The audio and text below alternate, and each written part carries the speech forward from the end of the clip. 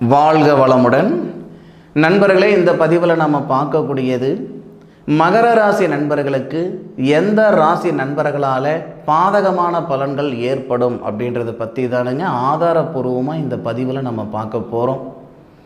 அதுபோக மகர ராசியில் பிறந்த நண்பர்களுக்கு இந்த பதிவு 100% ஒரு பயனுள்ள ஒரு பதிவாக இருக்க போகுதுன்றதில் எந்த விதமான ஒரு மாற்று கருத்தும் கிடையாது. மகர ராசி அப்படின்றது காலச்சக்கரத்துக்கு 10வது ராசி, அதாவது காலச்சக்கரத்துக்கு தொழில் ஸ்தானம் அப்படின்னு சொல்லக்கூடிய ராசி தானுங்க இந்த மகரம். ராசிக்கு அதிபதி, மகர ராசிக்கு நாயகன் யாருன்னு பார்த்தீங்க அப்படின்னா சனி பகவான். விதிகாரகன் அப்படின்னு சொல்லக்கூடிய கிரகம், தொழில்காரகன் அப்படின்னு சொல்லக்கூடிய கிரகம் சனி பகவான். பொதுவாக மகர ராசியில் பிறந்த நண்பர்கள் பெரிய சப்போர்ட்டெல்லாம் யாருடைய சப்போர்ட் இருக்காது. தன்னுடைய தந்தையோட சப்போர்ட்டு துளி கூட இருக்காதுன்னு பார்த்துக்கிடுங்களேன். தந்தையுடைய சப்போர்ட்டோ, அண்ணன் தம்பிங்களுடைய சப்போர்ட்டோ, உறவினர்களுடைய சப்போர்ட்டோ பெரிய லெவலில் இருக்காது. படிப்பு கூட பார்த்திங்கன்னா பெரிய லெவலில் இந்த மகர ராசி நண்பர்களுக்கு படிப்பு ஸ்தானம் கூட கொடுக்காது. ஏதோ ஒரு 100ல் ஒரு 20%, 25% வேணும்னா மகர ராசியில் பிறந்த நண்பர்களுக்கு நல்ல ஒரு படிப்பு திறன் கொடுத்துருக்கும். படிப்பு குறைச்சலாக இருந்தாலும் ஒரு நிறுவனத்தை நிர்வாகம் பண்ணக்கூடிய ஒரு திறமை இந்த மகர ராசியில் பிறந்த நண்பர்களுக்கு ஏராளமாக இருக்கும். மகர ராசியில் பிறந்த நண்பர்கள் நிறைய பேர் பார்த்திங்கன்னா சொந்த தொழில் செய்துக்கிட்டு இருப்பாங்க. அதுவும் உணவு சம்மந்தப்பட்ட தொழில் செய்துக்கிட்டு இருப்பாங்க, வியாபாரம் பண்ணிக்கிட்டு இருப்பாங்க, வெளிநாடு தொடர்புள்ள வேலை செய்துக்கிட்டு இருப்பாங்க. எண்ணம், புத்தி, சிந்தனை ரொம்ப கூர்மையாக இருக்கும். சொல் புத்தி அப்படின்றது துளி கூட இருக்காதுங்க. சுய புத்தி தான் ரொம்ப அதிகமாக இருக்கும் இந்த மகர ராசியில் பிறந்த நண்பர்கள். மற்றவங்களால் மகர ராசி நண்பர்களுக்கு பாதகம் ஏற்பட்டாலும் ஏற்படுமே தவிர, மனசறிஞ்சு மகர ராசியில் பிறந்த நண்பர்கள் ஒருத்தருக்கு துரோகம் பண்ணணும் அப்படின்ற எண்ணம் நிச்சயமாக வராது. அப்போ மகர ராசி நண்பர்களுக்கு எந்த ராசியால் பாதகம் ஏற்படும், எந்த அடிப்படையில் பாதகம் ஏற்படுறதுக்கான சூழ்நிலைகள் வரும் அப்படின்னா, மகர ராசி நண்பர்களுக்கு முதல்ல மேசராசி நண்பர்களால் பாதகமான பலன்கள் ஏற்படும். மேசராசி நண்பர்கள் எல்லாருக்கும் நல்லவங்களாக இருந்தால் கூட, எல்லாருடைய வாழ்வாதாரத்துக்கும் காரணமாக இருந்தால் கூட, எல்லாருடைய வாழ்க்கைக்கும் உறுதுணையாக இருந்தால் கூட, இந்த மகர ராசியில் பிறந்த நண்பர்களுடைய வாழ்க்கைக்கு சங்கடம் செய்யக்கூடியவங்களாக தான் மேசராசியில் பிறந்த நண்பர்கள் வரதான் செய்வாங்க. இது அவங்க காரணமா அப்படின்னா, இவங்களுடைய கிரக அமைப்புகள், மகர ராசியில் பிறந்த நண்பர்களுடைய கிரக அமைப்புகளாலேயே மேசராசியில் பிறந்த நண்பர்கள் இவங்களுக்கு விரோதி ஆகிடுவாங்க. ஒரு சின்ன உதாரணத்துக்கு சொல்கிறேனுங்க. மகர ராசியில் பிறந்தவங்க எங்கேயோ இருக்கிறாங்க, மேசராசியில் பிறந்தவங்க எங்கேயோ இருக்கிறாங்க. ஏதோ ஒரு காலகட்டத்தில் திருமணம் செய்கிறாங்க அப்படின்னா, அதுக்கு முன்னாடி நல்லவங்களாக இருந்த மேசராசி நண்பர்கள் திருமணத்துக்கு அப்புறம் பலவிதமான சங்கடங்கள் கொடுக்கக்கூடியவங்களாக இருப்பாங்க. இல்லை, இந்த மகர ராசியில் பிறந்த நண்பர்கள் மேசராசி நண்பர்களுக்கு ஏதாவது ஒரு அத்தியாவசியமான ஒரு உதவி, அவசியமான ஒரு உதவி செய்தாலும் அந்த உதவி திருப்பி செஞ்சு விடணுன்ற எண்ணம் மேசராசி நண்பர்களுக்கே இருந்தால் கூட சந்தர்ப்பமும் சூழ்நிலையும் அது செய்ய விடாத அளவுக்கு தடுத்துவிடும். அப்போ 2 பேருக்கும் கஷ்டம் வந்துடும். மகரத்தில் பிறந்தவங்களுக்கு மேசராசியால் தான் தெருவுக்கு வந்துட்டேன் அப்படின்ற ஒரு கோபம், ஆத்திரம். மேசராசியில் பிறந்தவங்களுக்கு மகர ராசிக்காரங்க கிட்ட இந்த மாதிரி ஒரு காசு பணம் வாங்கினமே, நம்மளால் கட்ட முடியலையே, அவங்களுடைய சங்கடத்துக்கு நாம் காரணம் ஆயிட்டமே அப்படின்ற மன அழுத்தம் அவங்களுக்கு ஜாஸ்தியாகவே இருக்கும். பொதுவாக ஒரு விஷயம் சொல்கிறேன். ஏமாறுறோம் அப்படின்னா, ஒருத்தர் நம்ம வீடு தேடி வந்து உங்களை ஏமாத்துறேன் அப்படின்ட்டு சொல்கிறது இல்லைங்க, நாம்பளாக தான் அதுக்கான பாதையை உருவாக்கி கொடுக்குறோம். அந்த மாதிரி மகரம் ராசியில் பிறந்த நண்பர்கள் தயவு செய்து மேசராசியில் பிறந்த நண்பர்களை சங்கடப்படுத்துகிற மாதிரி ஒரு சூழ்நிலைக்கு கொண்டு போக வேண்டாம்.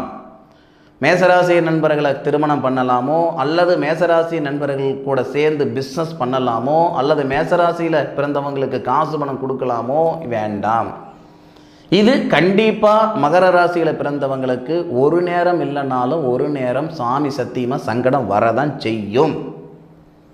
திருமணம் கூட பரவாயில்ல, மேசராசியில் பிறந்த நண்பர்களை மகர ராசி நண்பர்கள் திருமணம் பண்ணுறது கூட பரவாயில்ல. இன்னும் ஒரு சிலர் வந்து நல்ல விதமாக வாழ்ந்துக்கிட்டு தான் இருக்காங்க, ஒரு சில நேரத்தில் சங்கடம் ஏற்பட்டாலும். ஆனால் மீனராசியில் பிறந்த நண்பர்களுக்கு துளி கூட செட் ஆகாது, பார்த்துக்கிடுங்க. மேஷம் அப்படின்றது கூட பரவாயில்ல, ஆனால் மீனராசியில் பிறந்த நண்பர்களுக்கு ஒரு 0.5 அளவு கூட செட் ஆகாது. மீனராசியில் பிறந்தவங்களால கூட மகர ராசி நண்பர்களுக்கு பெரிய லெவலில் நல்லது செய்ய முடியாது, பலவிதமான சங்கடங்களை தான் ஏற்படுத்த முடியும். மகர ராசியில் பிறந்த நண்பர்கள்கிட்ட ஒரு வாகனம் வாங்கிட்டு போனால் கூட அந்த வாகனத்தால் பயணிக்கும் போது மீனராசி நண்பர்களுக்கு தொந்தரவுகள் ஏற்படும். என்னுடைய வாகனம் கொண்டு போய் இந்த மாதிரி பண்ணிட்டாங்களேன்ற கோபம் தான் இருக்குமே தவிர, மகர ராசியில் பிறந்த நண்பர்களுக்கு நம்ம வாகனத்தால் தான் அவங்க அடிபட்டு போனாங்கன்ற ஒரு எண்ணம் ஏற்படாது. அதனால் கண்டிப்பாக 100% மீனராசி நண்பர்களாலையும் மகர ராசியில் பிறந்த நண்பர்களுக்கு பெரிய லெவலில் நன்மை செய்திட முடியாது. அதாவது ஒருத்தருக்கு உதவி பண்ணலைனாலும் பரவாயில்ல, ஊதியம் பண்ணிடக்கூடாதுன்னு சொல்லுவாங்க. உபகாரம் இல்லைனாலும் பரவாயில்ல, ஊதியம் பண்ணிடக்கூடாதுன்னு சொல்லுவாங்க. அந்த மாதிரி நமக்கு உதவி பண்ணக்கூடிய இடத்துல மீனராசியில் பிறந்தவங்களோ அல்லது மேசராசியில் பிறந்தவங்களோ நிச்சயமாக கிடையாது. அதன் பிறகு ரொம்ப ரொம்ப கொடூரமாக இருக்கக்கூடிய ராசி எந்த ராசி சார்? திருமணம் பண்ணவே கூடாது, இவங்கக்கிட்ட வரவு செலவு வச்சுக்கவே கூடாது, குடுக்கல் வாங்கல் வச்சுக்கவே கூடாது அப்படின்னு சொல்லக்கூடிய ராசி இந்த மகர ராசிக்கு எந்த ராசி சார் அப்படின்னு பார்த்தீங்கன்னா சிம்ம ராசி. சிம்ம ராசி நண்பர்கள் ஒன்றும் கங்கணம் கட்டிட்டு நிற்கல. மகரத்தில் இருக்கிறவங்களுக்கு நான் கெட்டதை தான் பண்ணுவேன், சங்கடம் தான் பண்ணுவேன், சந்தோஷத்தை கெடுப்பேன் அப்படின்ற எண்ணத்தில் அவங்க கிடையாது. ஆனால் இந்த பிரபஞ்சம் ஏற்படுத்திய ஒரு செயல், அந்த கிரகம் மகரத்தில் பிறந்தவங்களுக்கு 100% சிம்மத்தில் பிறந்தவங்க ஆப்போசிட்டாக தான் இருப்பாங்க. இந்த தண்ணியும் எண்ணெயுமாக இருக்கிறது நீங்கள் பார்த்துருப்பீங்க. அந்த மாதிரி தான் இந்த மகரத்தில் பிறந்தவங்களுக்கு சிம்ம ராசிக்காரங்க. அப்போ சிம்ம ராசி நண்பர்களை நம்பி ஏதாவது ஒரு விஷயத்தில் இறங்குனீங்க அப்படின்னா சிம்ம ராசிக்காரங்க கண்டிப்பாக உங்களை கையை பிடிச்சி தூக்கி வர்ற சூழ்நிலை ஏற்படுத்தாது. பலவிதமான வழக்கு பிரச்சனை வரும், பலவிதமான மன அழுத்தம் வரும். இன்னும் சில பேர் இருக்காங்க, மகர ராசியில் பிறந்த நண்பர்களுக்கு சிம்ம ராசி நண்பர்கள் மேலே ஒரு காதல் கொண்டால் கண்டிப்பாக அது மிகப்பெரிய அழிவை ஏற்படுத்திவிடும். அதாவது எத்தனையோ பேர் வந்து ஒரு செகண்ட் தானே வாழ்க்கையில் சாதகமான முடிவு எடுக்கிறதோ அல்லது பாதகமான முடிவு எடுக்கிறதோ. டெய்லியும் பேப்பர் திறந்தால் குறைஞ்சபட்சம் 4 பேர் 3 பேராவது அந்த மாதிரி பண்ணிக்கிட்டாங்க, இந்த மாதிரி பண்ணிக்கிட்டாங்க அப்படின்ற மாதிரி ஒரு செய்தி வருது. அப்போது ஒரு செகண்டு தான் சாதகமான முடிவெடுக்கிறதோ பாதகமான முடிவெடுக்கிறதோ. மகர ராசிக்காரங்களுக்கு சிம்ம ராசிக்காரங்களால் இன்னும் சொல்லப்போனால் ஏண்டா வாழணும், எதுக்குடா வாழணும் அப்படின்ற அளவுக்கு கூட சங்கடங்கள் ஏற்படுத்திடும், பார்த்துக்கிடுங்க. அதன் பிறகு பார்த்தீங்கன்னா அதே மகர ராசியில் பிறந்த நண்பர்களுக்கு துலா ராசியில் பிறந்த நண்பர்களாலேயும் சங்கடங்கள் வரும், நிச்சயமாக வரும். துலா ராசியில் பிறந்த நண்பர்களுக்கு மகர ராசி நண்பர்களை திருமணம் பண்ணக்கூடாதா? அப்படி ஒன்றும் கிடையாது, இன்னும் செய்துக்கிட்டு தான் இருக்காங்க, வாழ்ந்துக்கிட்டு தான் இருக்கிறாங்க. ஆனாலும் ஒரு நேரம் இல்லைனாலும் ஒரு நேரம் சங்கடங்கள் ஏற்படுத்த தான் செய்வாங்க. பக்கத்து வீட்டில் தான் இருப்பாங்க. மகர ராசி நண்பர்களுக்கு பக்கத்து வீட்டில் தான் அந்த துளாராசி நண்பர்கள் இருப்பாங்க. 10 வார்த்தை நீங்கள் பேசுனீங்கன்னா 1 வார்த்தை பேசுவாங்க.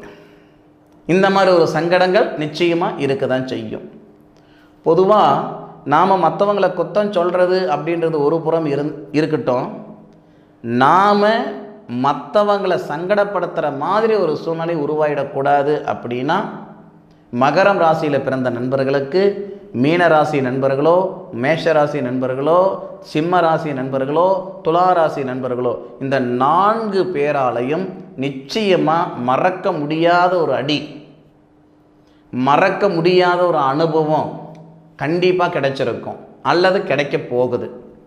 ஒன்றும் அனுபவிச்சிருப்பீங்க, இல்லையா அனுபவிக்க போகிறீங்க. அப்போது எப்படி இருக்கணும் எப்படி இருக்கக்கூடாது நாம் தானே முடிவு பண்ணணும். ஏன்னா நம்மளுடைய வாழ்க்கையாச்சே.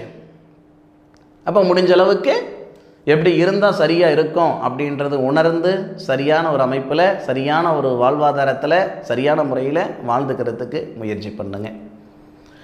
அதுபோக மகர ராசியில் பிறந்த நண்பர்களுக்கு இந்த பதிவு பயனுள்ள பதிவாக இருக்குன்னு நான் நினைக்கிறேனுங்க. அப்படி பயனுள்ள பதிவு அப்படின்னு நினைக்கிறவங்க கமெண்ட்டில் பதிவு பண்ணுங்கள். உங்களுடைய சுய ஜாதகத்துக்கு முக்கியத்துவம் கொடுங்க. ஃபர்ஸ்ட் ஆஃப் ஆல் நமக்கு என்ன தசை நடக்குதுன்னு தெரிஞ்சுக்கிடணும், என்ன புத்தி நடக்குதுன்னு தெரிஞ்சுக்கிடணும். தொழில் ஸ்தானாதிபதி யார், தொழில் காரகன் யார், புத்திர ஸ்தானாதிபதி யார், புத்திர காரகன் யார், இதெல்லாத விட சத்துரு ஸ்தானாதிபதி யார் அப்படின்ற விவரம் தெரிஞ்சுக்கிடணும். அப்போ ஜாதக ரீதியாக நிறைய அமைப்புகள், நிறைய பலன்கள் உண்டு. அதை முழுமையாக தெரிஞ்சுக்கிடுங்க. எல்லாருக்கும் எல்லா தொழிலும் செய்யணுன்ற ஆசை இருக்க தான் செய்யும். எல்லாருக்கும் எல்லா தொழிலும் செய்கிற மாதிரி சூழ்நிலையை இந்த பிரபஞ்சம் உருவாக்கலை. ஒவ்வொருத்தருக்கும் ஒவ்வொரு விதமான தொழில் தான் இந்த பிரபஞ்சம் உருவாக்கியிருக்கு. அந்த தொழில் எதுன்றது நம்ம ஜாதகத்தில் தான் நம்ம தெரிஞ்சுக்கிட முடியும், கண்டுபிடிக்க முடியும். அதை நீங்கள் செய்யுங்க, நிச்சயமாக நல்லது நடக்கும். சரி நண்பர்களே, என்னுடைய காணொலியை முழுமையாக பார்த்தமைக்கு மனசிலிருந்து மனமார்ந்த நன்றிகளை சொல்லிக்கிறேனுங்க. மீண்டும் அடுத்த அற்புதமான ஒரு தருணத்தில் உங்கள் அனைவரையும் சந்திக்கும் வரை உங்களிடமிருந்து விடைபெறுவது உங்கள் வீட்டு ஜோதிட நண்பனான மா காளிதாஸ் மணிகண்டன். திருச்சிற்றம்பலம். வாழ்க வையகம், வாழ்க வளமுடன்.